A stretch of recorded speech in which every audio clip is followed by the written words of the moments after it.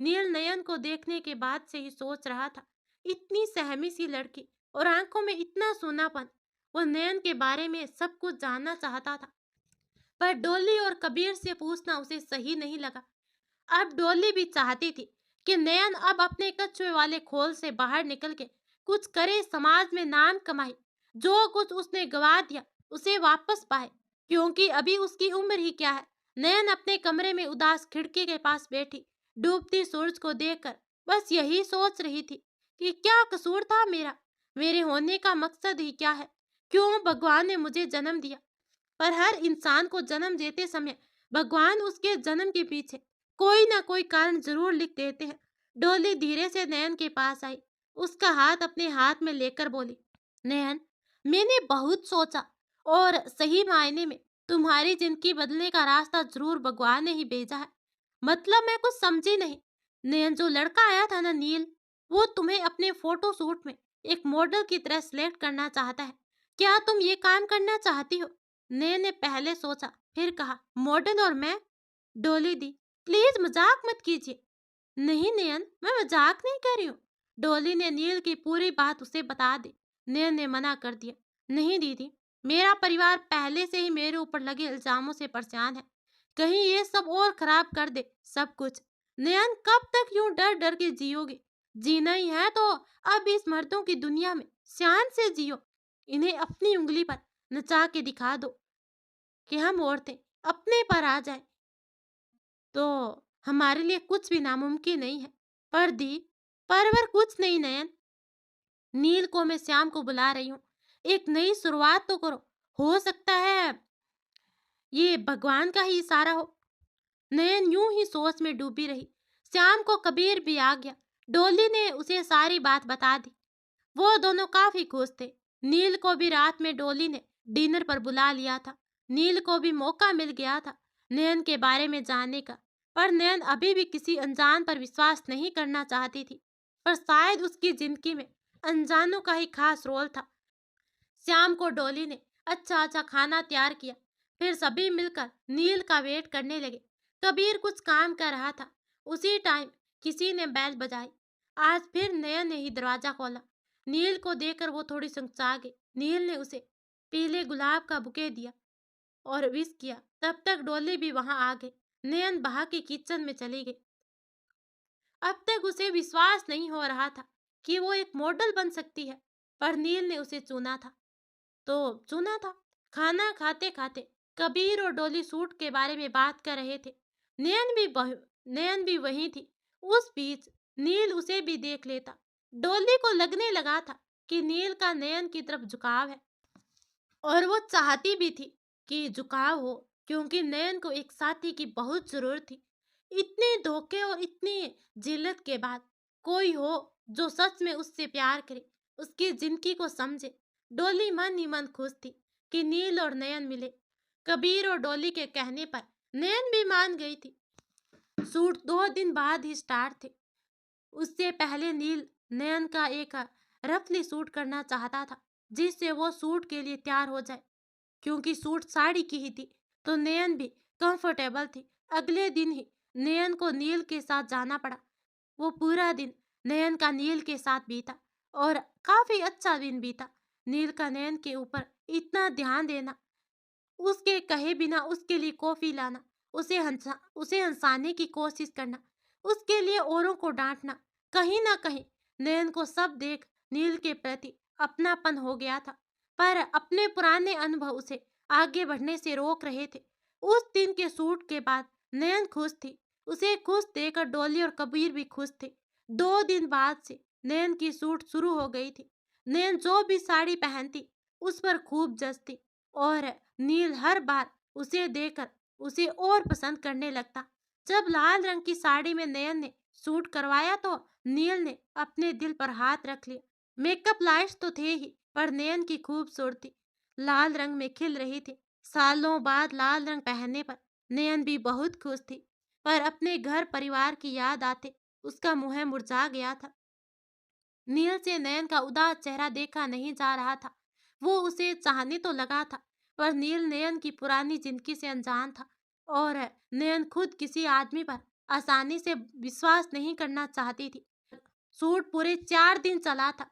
नयन बहुत खुश थी और सूट के लिए उसे पैसे भी मिले। डॉली और कबीर अब उसे एक इंडिपेंडेंट लड़की बनाना चाहते थे। उन्होंने उसे उसी दिशा में आगे बढ़ने को कहा थी, क्योंकि उसकी कॉस्टिंग एजेंसी थी, तो वो नयन को कहीं ना कहीं काम दिलवा ही देते। धीरे धीरे नयन के अंदर का डर गायब होने लगा। एक आत्मविश्वास उसके अंदर जग रहा था, पर आज भी वो अकेली जाने और मर्दों से डरती थी। डॉली हरदम उसके साथ रहती। नील भी कोशिश करता कि नयन के साथ ही अपना दिन बिताए। नयन भी नील के मन की बात समझ रही थी, पर वो नील को किसी भी तरह का दिखावा नहीं देना चाहती थी, क्योंकि उसे पता था कि नील उसका सच जानने पर उससे नफरत करेगा। यह सोच के उसे दुख भी होता, पर नील जैसा अच्छा लड़का उसके लिए अपनी जिंदगी बर्बाद ना कर ले, यही सोच के वो कुछ नहीं कहती थी। 1 महीना बीत गया था। नयन के पास काम था, दोस्त थे, आत्मविश्वास था, नील का साथ और प्यार भी था, पर नयन उसे एक्सेप्ट नहीं कर पा रही थी। आज फिर नयन का सूट नील के साथ ही था, और वो सूट पर गई तो नील उसे देखे खुद पर काबू नहीं पा रहा था। आज वो अपने दिल की बात नयन से कहने को तड़प उठा, और शॉर्ट होने के बाद वो नयन के पास पहुंचा। नयन, मुझे तुमसे कुछ कहना है। बोलिए नील। नयन, आई लव यू। देखो, जब से तुम्हें पहली बार देखा, बस तुमसे प्यार हो गया। प्लीज मना मत करना Nayan. I can't live without you. Nayan को समझ में नहीं आया कि वो क्या कहे। वो वहां से उठकर घर चली आई। नयन का यूं चला जाना और कुछ ना कहना नील को अंदर ही अंदर छलनी कर रहा था। 2 दिन के बाद वो डोली से मिला। रोते रोते नील की आंखें फूल गई थी। उसने अपने प्यार वाली बात डोली को बताई। डोली मुस्कुराते हुए बोली, ये सब प्यार व्यार सब झूठ होता है नील। उसका सच जानते ही तुम्हारा ये भूत उतर जाएगा। प्लीज डोली, मेरे प्यार की इंसल्ट मत करो। जो कहना हो साफ साफ कहो। सुन पाओगे तो सुनो। नयन विधवा है। नील को थोड़ा अजीब लगा। उसके ऊपर धंधा करने का भी आरोप है। उसको कई लोगों ने धोखा दिया है। उस बेचारी का तो उसके परिवार ने साथ तक नहीं दिया। तुम क्या दोगे? मुझे इन सब पर यकीन नहीं डोली। उस लड़की की आंखों में इतना सोनापन है, वो ऐसा कुछ गलत कर ही नहीं सकती। मुझे उसकी पिछली जिंदगी से कोई वास्ता नहीं है। मैं सच्चे दिल से चाहता हूँ और चाहता रहूंगा। इतने में उस मासूम के साथ गलत किया है, शायद उसी को सही करने भगवान ने मुझे भेजा है।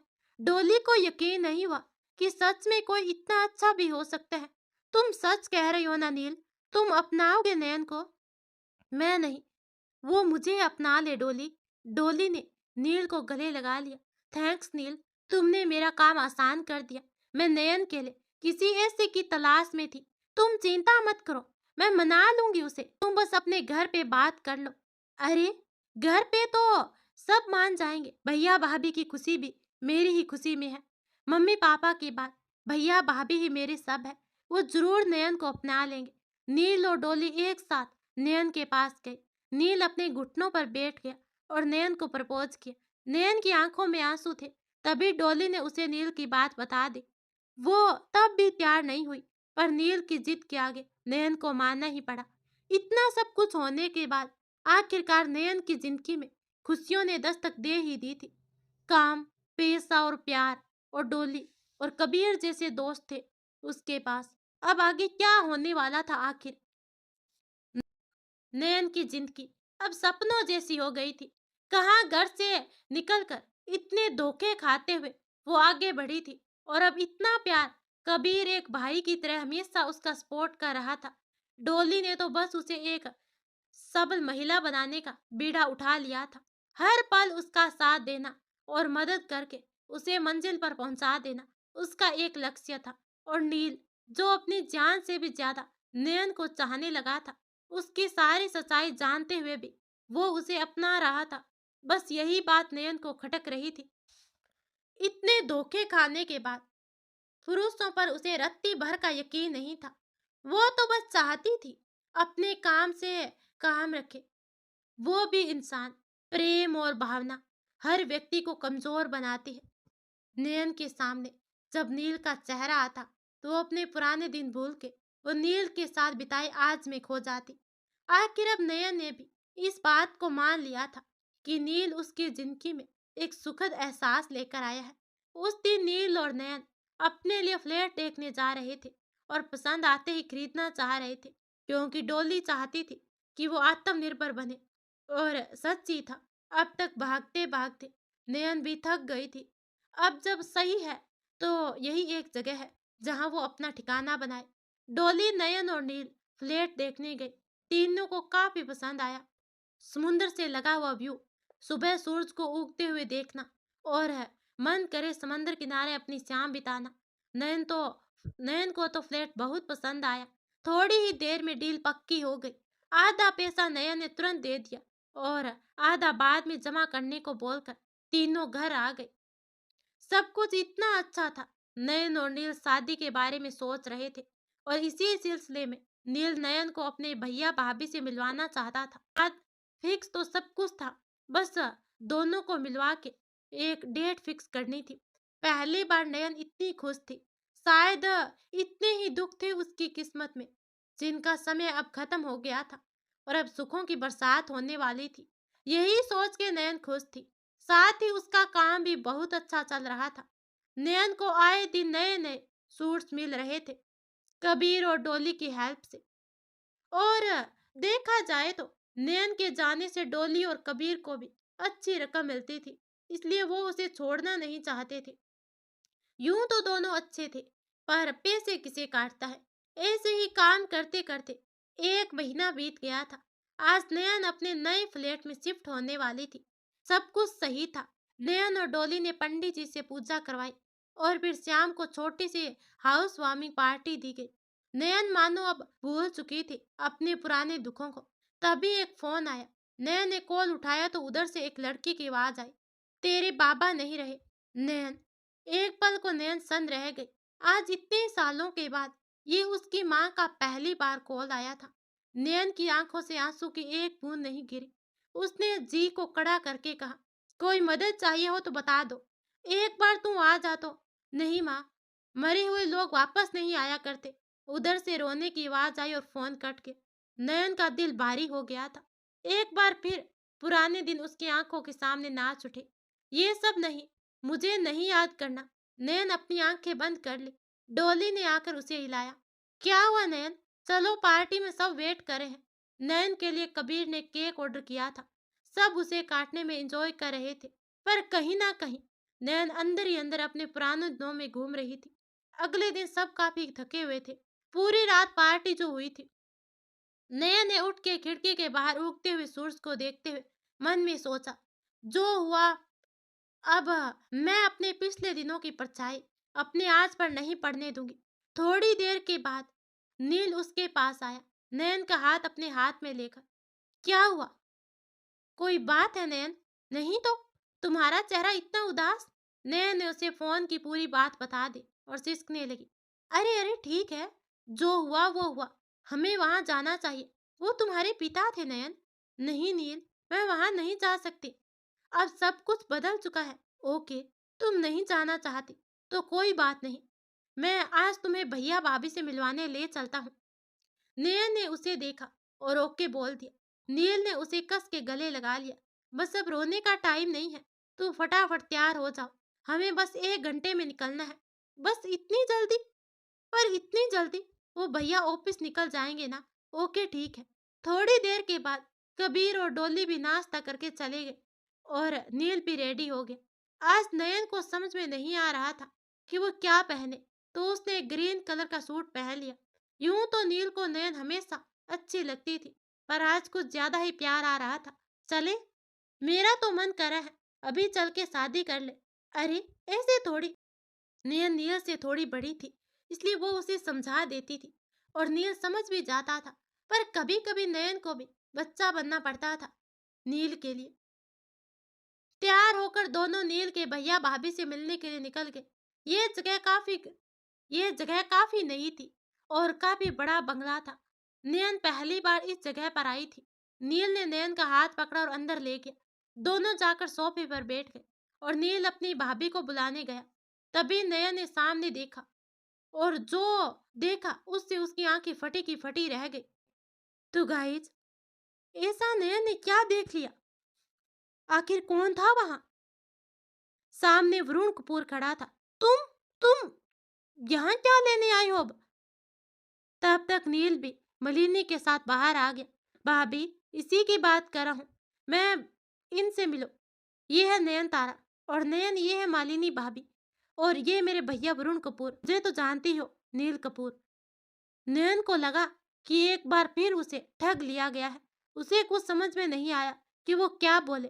तभी मालिनी हंसते हुए नयन के पास आई और उसके गाल को इधर उधर करके बोली, अरे ऐसा क्या जादू है भाई तुम्हें, जो दोनों के दोनों भाई तुम्हारी तरफ आकर्षित हो गए?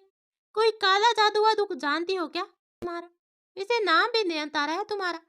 ये सब क्या कह रही हो भाभी? ये नयन है, इसी से तुम्हें शादी करना। चटाक से जोरदार का थप्पड़ मारा वरुण ने। क्या बकवास करा है, जानता भी है ये क्या गुल खिला चुकी है। अरे ये तो धंधा करती है पागल। भैया, नील जोर से चिल्ला उठा, तू मासूम है, इस बगैरत औरत ने तुझे भी वर्गला दिया। इसके साथ कोई क्या शादी करेगा? ये हर दिन अपने पति बदलती है। नयन की आंखों से आंसू बह रहे थे और नील वरुण का मुंह देख रहा था। प्लीज भैया, भगवान के लिए चुप हो जाइए। मुझे नयन के बारे में सब पता है, और आप क्या अनाप शनाप बके जा रहे हो नयन के बारे में। तब तक मालिनी बोली, ये लड़की वही है जिसे मैंने तेरे भैया के साथ रंगे हाथ पकड़ा था नील, और आज तू खुद। नील बुचक्का होकर वहीं जमीन पर बैठ गया और नयन रोते हुए वहां से बाहर निकल गई थी। नयन की जिंदगी में तो आए दिन एक के बाद हजार तूफान आ रहे थे।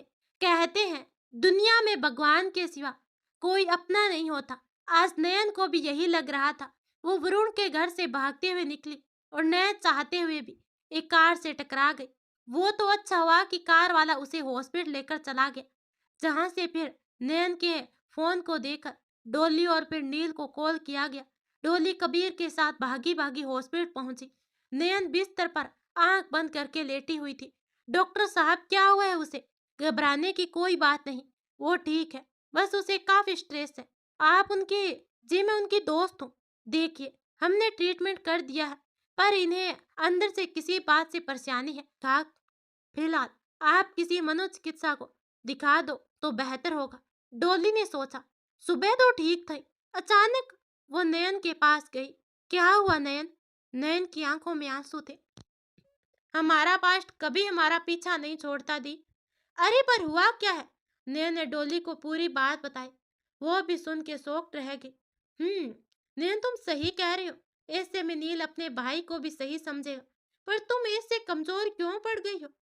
देखो नयन, जिनकी बार बार आपको चांस नहीं देती।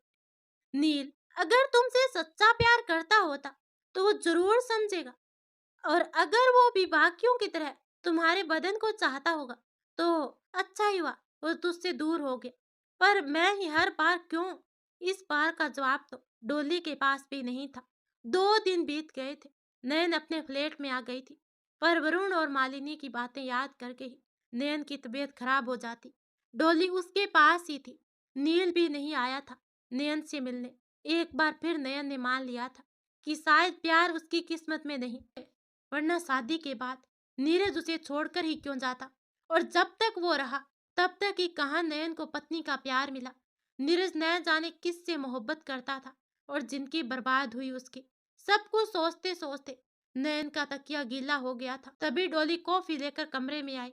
नयन, बस करो, तुम्हारे इस तरह रोने से कुछ नहीं होगा। मैंने क्या कहा था, ये दुनिया बड़ी मतलबी है। जब तक जरूरत हो तब तक साथ। तुम क्यों इन सब के बारे में सोच के अपना टाइम बर्बाद कर रही हो? चलो तैयार हो जाओ, आज तुम्हारा एक सूट की डेट है। नयन, भूलो मत, तुम्हें इस फ्लैट की ईएमआई भी देनी है। नयन क्या करती, उसके पास रोने का समय नहीं था। वो तैयार हुई और लोकेशन पर पहुंच गई, पर उसका मन नहीं लग रहा था किसी भी चीज में। किसी तरह नयन का काम खत्म हुआ और वो बाहर निकल गई। थोड़ी देर बाद डोली उसे किसी से मिलाने वाली थी। डोली का कहना था कि उस काम में इस काम से भी ज्यादा पैसा है। इस बार इस बात पर नयन भी तैयार थी, पर फिलहाल वो घर जाना चाहती थी, जबकि डॉली उसे जबरदस्त किसी से मिलाने जाने में तुली थी। नयन मान गई थी और बाहर निकल के डोली का वेट कर रही थी, पर डोली अंदर रह गई। उसे बुलाने नयन अंदर गई तो उसने सुना डोली किसी से बात कर रही है। तुम चिंता मत करो, उस लड़की को मैंने अच्छे से शीशे में उतार लिया है। अब वो मुझ पर खुद से ज्यादा भरोसा करती है। दुनिया में कौन फ्री में किसी की मदद करता है? उसे कभी समझ में नहीं आएगा कि हम उसका फायदा उठा रहे हैं। अब तो वो नील भी हट गया है। बस 2-3 साल उसकी जवानी और उसके बाद कौन पूछेगा। इसे हमें जल्दी ही तुम्हारे पास ही लेकर आती हूँ। फिलहाल मिस्टर राठौड़ ने आज खास डिमांड की है इसकी। बाकी लड़कियों की फोटो दिखाई पर उन्हें यही पसंद आए। मैं रखती हूँ। वो काफी देर से वेट कर रही होगी। नेहा ने जो सुना उसके तो पैरों तले जमीन खिसक गई थी। जिसे अपना समझा, जिसके ऊपर विश्वास किया, वही भगवान। हे भगवान, इस दुनिया में क्या कोई भी मेरे विश्वास के लिए नहीं बना? फिलहाल इन सब बातों के लिए टाइम नहीं था। नयन भाग के कार में बैठ गई। तब तक डॉली भी आ गई थी। नयन, तुम कह रही थी ना तुम्हें अभी मूड नहीं है। कोई बात नहीं, मैंने मीटिंग कैंसिल कर दी है और श्याम को रख दी है। अ, अब तुम आराम भी कर लोगी। नयन को समझ में नहीं आया कि वो क्या बोले। उसका भरोसा इस कदर टूटा था इस दुनिया से। पर भगवान की मर्जी थी जो इस समय बच गई थी। पर बकरे की जान कब तक खैर मनाएगी? डोली नयन को अपने फ्लैट पर ले आई और नयन कमरे में आराम करने चली गई। पर उसके मन में जो डर था, अब क्या किया जाए? यहाँ से मैं कहाँ भागूंगी और मैं कब तक भागूंगी? बस और नहीं। नयन डोली के कमरे में ही लेटी थी। डोली के जाते ही उसने दरवाजा बंद कर दिया और कमरे में ढूंढने लगी कि कुछ ऐसा मिल जाए जिससे वो पुलिस को बता सके कि डोली अच्छाई की आड़ में क्या क्या करती है। पर कोई भी सुराग नहीं मिला। तब तक डोली कमरे में आ गई और नयन चुपचाप लेट गई। वो बिल्कुल भी जाहिर नहीं करना चाहती थी कि डोली को कुछ पता लगे कि उसकी सच्चाई नयन को पता है। डोली वहीं नयन के पास ही बैठी रही। थोड़ी देर में एक कॉल आया और डोली ने नयन से मीटिंग के लिए चलने को बोला। नयन जानते हुए भी वहां बड़ी मुसीबत उसका इंतजार कर रही है, डोली के साथ जाने को तैयार हो गई। दोनों मिस्टर राठौड़ के फार्म हाउस पहुंच गई थी। डोली को लगा था नयन को उसका सच नहीं पता, पर नयन ने सच्चाई अपने कानों से सुनी थी और भगवान का लाख लाख शुक्र था वो सच जान गई थी। मिस्टर राठौड़ उन दोनों से काफी अच्छे थे। पहले तो उन्होंने झूठ मूठ का नाटक किया कि वो नयन के साथ एक फिल्म शूट करना चाहते हैं। फिर डोली कुछ काम से बाहर निकल गई और राठौड़ ने अपना असली रंग दिखाना शुरू कर दिया। उसने कस के नयन का हाथ पकड़ लिया और उसे गले लगाने बढ़ा। तभी नयन ने पास रखा फ्लावर पॉट उठा के उसके सर पे मारा और अपना फोन उठाकर बोली, आगे बढ़े तो जान लेना तुम्हारी पूरी रिकॉर्डिंग इस फोन में है। राठौड़ 2 मिनट के लिए चुप हो गया, पर अगले ही पल नयन की तरफ झपटा। तब तक किसी ने कमरे का दरवाजा खटखटा दिया। जल्दी से नयन ने दरवाजा खोला तो नील पुलिस के साथ खड़ा था। डोली भी पुलिस के हत्थे चढ़ गई थी। पुलिस अंदर आ गई थी। ये बताने की जरूरत ही नहीं थी कि अंदर हुआ क्या होगा। राठौड़ पुलिस के हिरासत में था और डोली भी। पुलिस उन दोनों को लेकर चली गई। नयन अब तक कांप रही थी। नील उसे संभाला। अच्छा हुआ जो तुमने मुझे बता दिया था। तुम्हारी लोकेशन ट्रैक करके हम यहाँ पहुंचे। नयन बिल्कुल शांत थी। नील ने उसे अपनी कार में बिठाया और नयन के फ्लैट ले आया। नयन नील के साथ अपने फ्लैट बैठी थी। डर, उलझन, खामोश, धोखा, कितना कुछ उसके अंदर चल रहा था। नील उठ के किचन में गया, 2 कप कॉफी बना के वापस आया। ये लो पी लो, रिलैक्स लगेगा। नयन ने कॉफी ले ली और घूंट भरने लगी।